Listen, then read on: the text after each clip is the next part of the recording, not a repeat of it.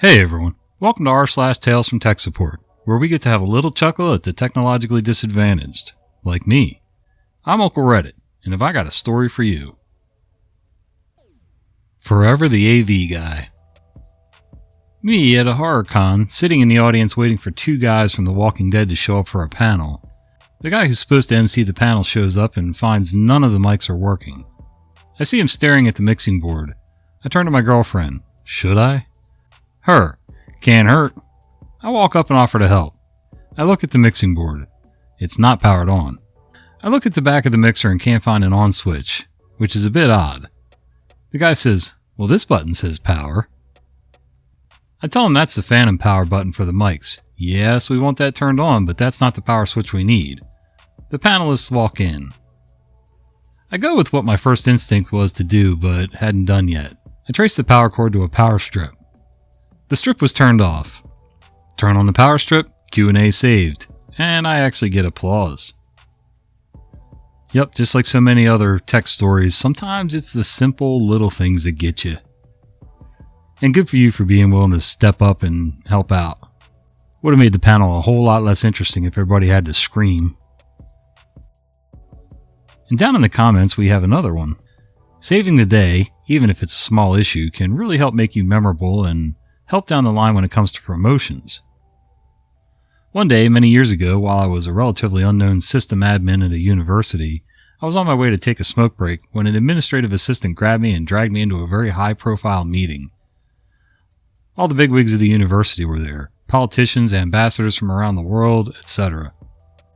They couldn't get the AV system working and they needed a tech guy. I knew nothing about the AV system, but went to work and got it going. It wasn't broken. They forgot to turn something on or something like that. I don't really remember the exact issue. It only took a couple moments to fix, but I was calm, friendly, and even cracked a few jokes. After it was fixed, they begged me to stay in case something else went wrong. After that, the president of the university always gave me praise whenever he saw me. He introduced me to a lot of people over the next couple years, which helped change my career path from IT support to faculty. Now I work alongside many of the same people that were in that meeting. Yeah, it's funny. It wasn't necessarily the small task of fixing the AV system or turning on whatever it is that wasn't turned on. It was more the fact that you were willing to step up and do the job. You didn't grumble and gripe. You didn't make a scene out of it. You made everybody else kind of feel at ease. You broke the ice and the tension in the room. I think it was more your personality than anything. No matter where I go or what I do, I'm always the IT guy. The story about the mixer uncovered at the horror con got me thinking.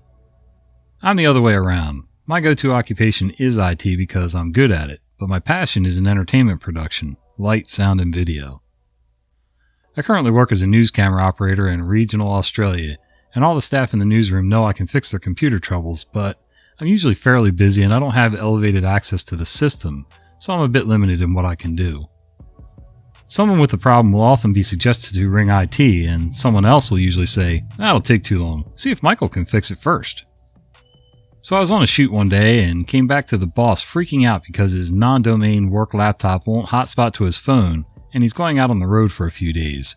It will hotspot to others, and he's been on the phone to IT for 4 hours with them remoting in trying to get it going. No dice. I walk in and get the boss. Michael, can you look at this? These Muppets can't fix this stuff. I do some quick verification. It will indeed connect to every Wi-Fi network except his phone. I remove the cached records of that Wi-Fi connection and put them back in. Bam! It works first go. Fixed in less than 2 minutes. What the IT department, complete with a plethora of networking and uni degrees between them, couldn't do in 4 hours. Yeah, it's something when you're trained to look at some of the more complicated tasks in IT, I can imagine that sometimes your brain starts to default to the worst case scenario. On equals no switch. I make an apprenticeship in a tech support company where we sell and support a software for sports stores. Basically, every customer has a barcode scanner. This customer had a problem with a wireless barcode scanner and the docking station. On the bottom of the station is a button where you can click on and off to decide if you want to load the scanner through the station or through battery. I I had a call with the customer to look if the switch is on or off. Me, is the switch on the bottom of the station on or off? Customer, I'll have a quick look. Yeah, I have no switch that can turn on and off. I just have a switch with no.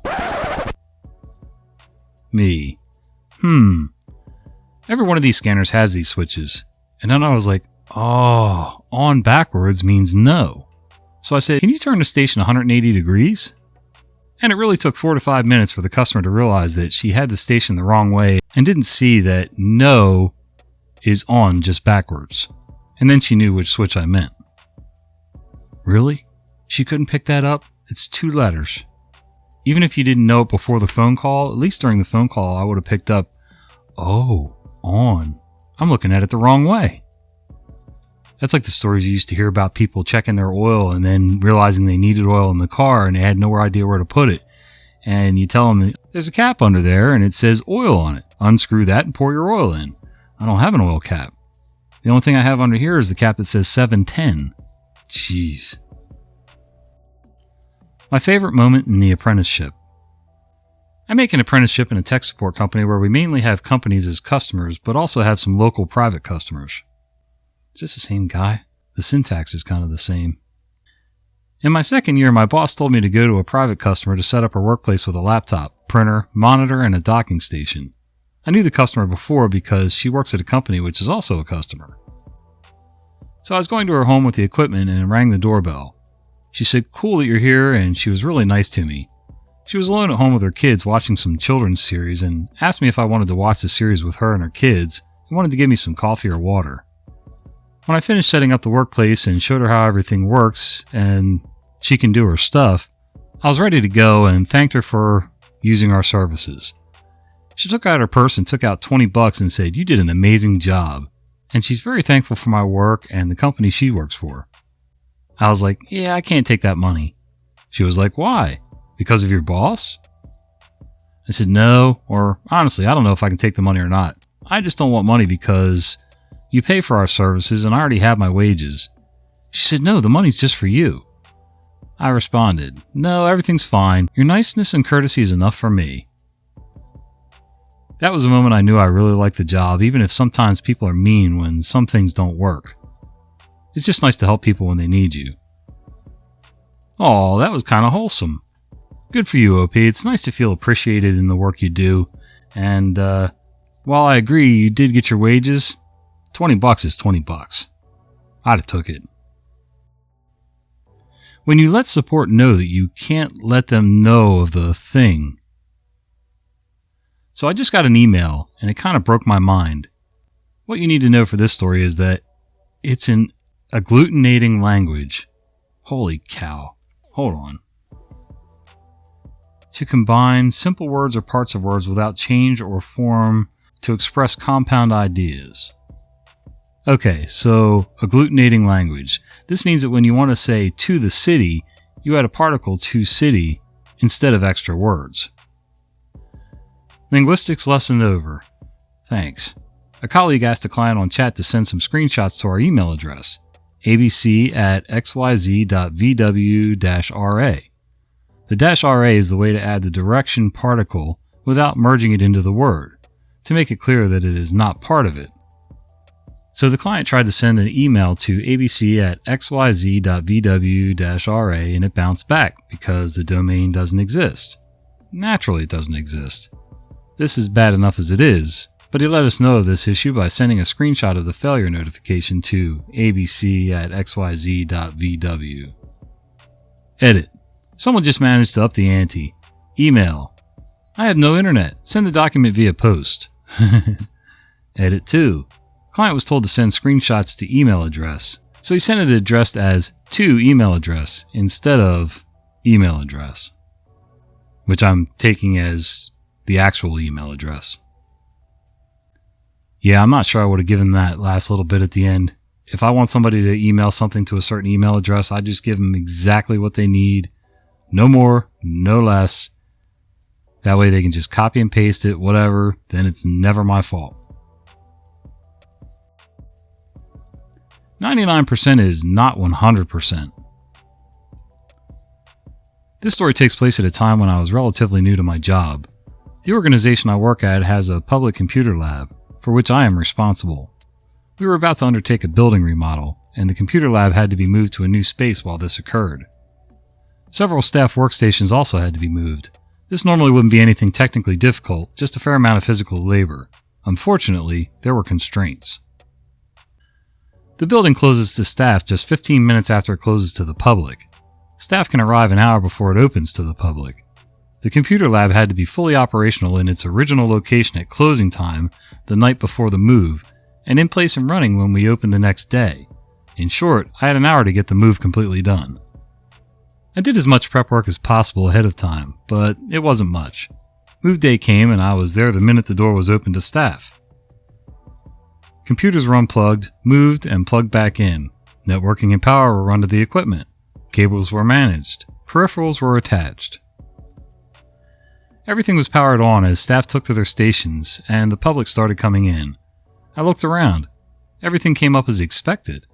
Staff were able to do everything they needed. I was a sweaty, disheveled mess, but I'd pulled it off. All around the new space, people were happily checking email, playing games, scanning documents, and doing whatever else they do. Then came the complaint. Someone had sent a print job and was at the print release station trying to get their printout. We charged for printing. They had deposited their quarter in the coin acceptor, but the release station wasn't seeing the payment. I took a quick look and didn't immediately see anything out of place. It was maybe a minute or two of troubleshooting, but they stood there, vocally expressing their disapproval of my incompetence. Rather than keep them waiting any longer, I did an override to release their print and even refunded their quarter. They thanked me for helping and left happily. Wait, no, that's not how it went. No, they took their printout, threw the quarter on the ground and said, "Keep it.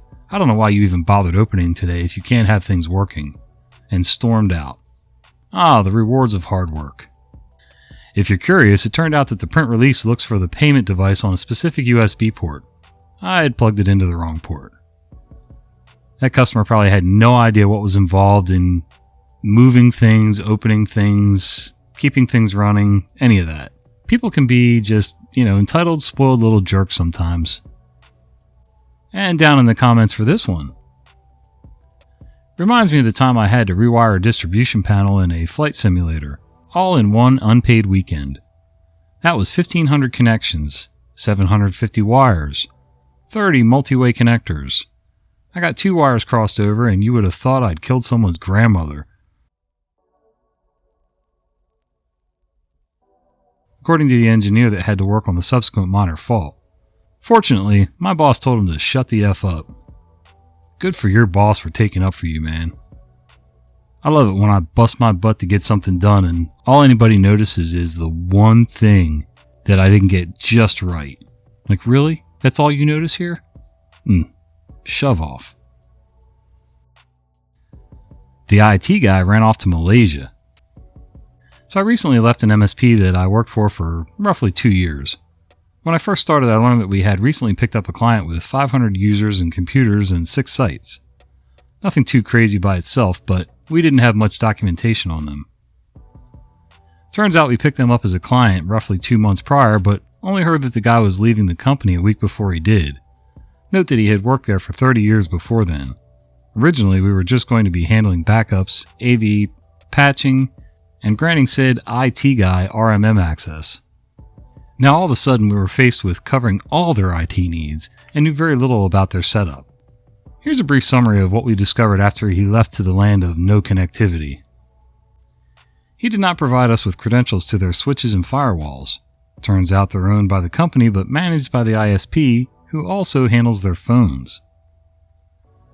We were told about 3 VM file servers, 3 terminal servers, and 2 DCs, all on one VM host, with one other VM host for redundancy.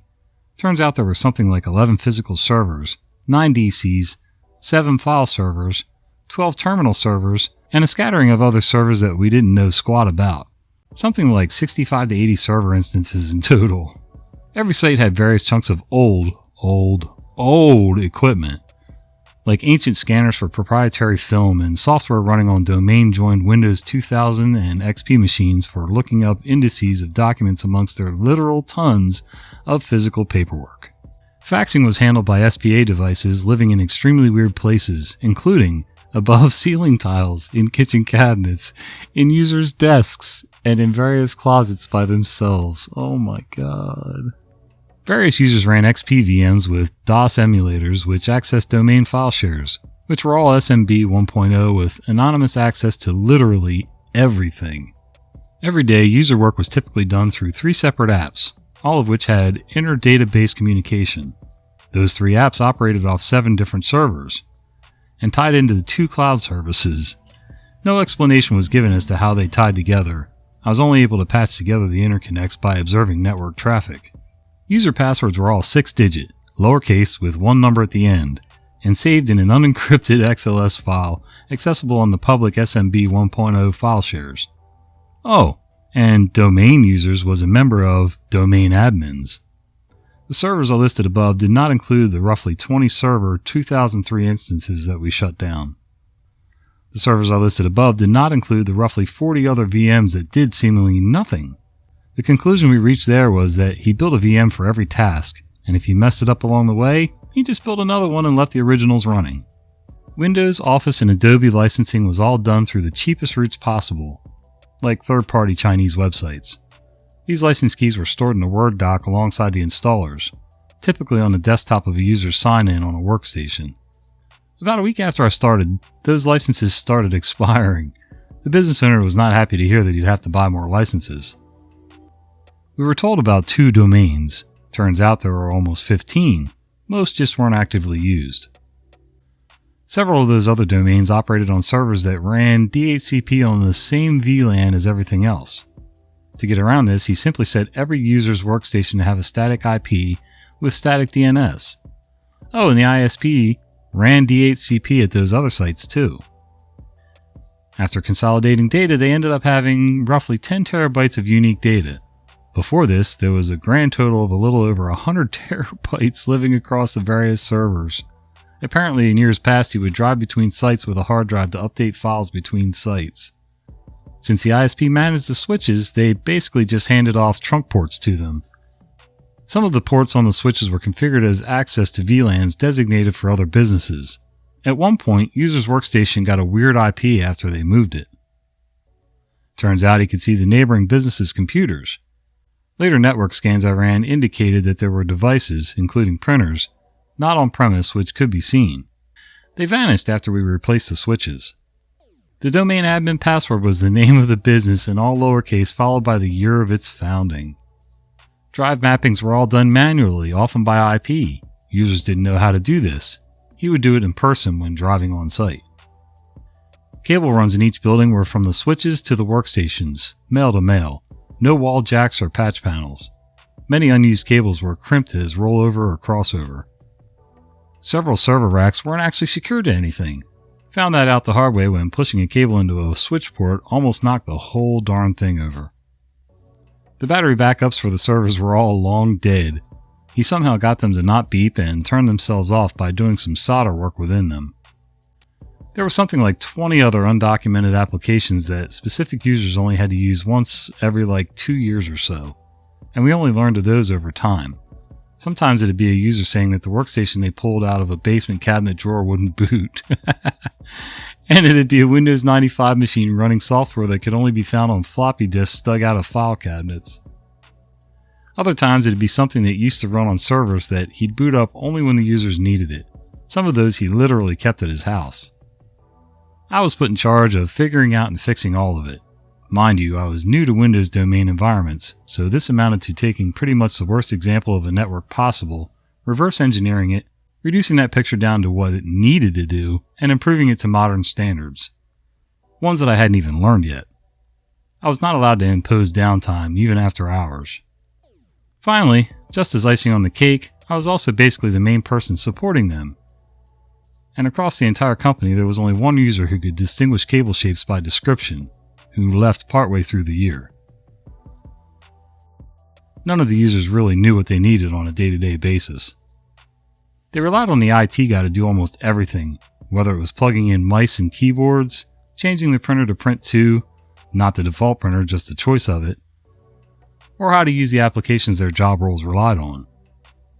There wasn't a week I worked there where I didn't answer at least 2 calls from users asking how to do something in some app made just for their company. I gathered more information by periodically analyzing data pulled with a GetNet TCP connection, GetProcess, and Wireshark than I did from talking to users. The only exceptions to this were those weird things that only got pulled out once every few years. Towards the end of my time there, the guy actually came back into town and provided us his extended notes. He wrote them while he was on the plane to Malaysia, but didn't think to send them over on any of the days where he got internet access. Those notes covered everything that I had already found out. Needless to say, it was a point of great anxiety and contributed to me leaving said MSP. There were other reasons for me leaving, but that one moment contributed a lot. Oh my god. All I can say is... Hey guys, thanks for hanging out with me today. If you've enjoyed this content, would you do me a favor? Would you consider giving this video a like, subscribe to the channel, and click that little bell icon so you don't miss the fat guy with the beard telling you stories. See ya!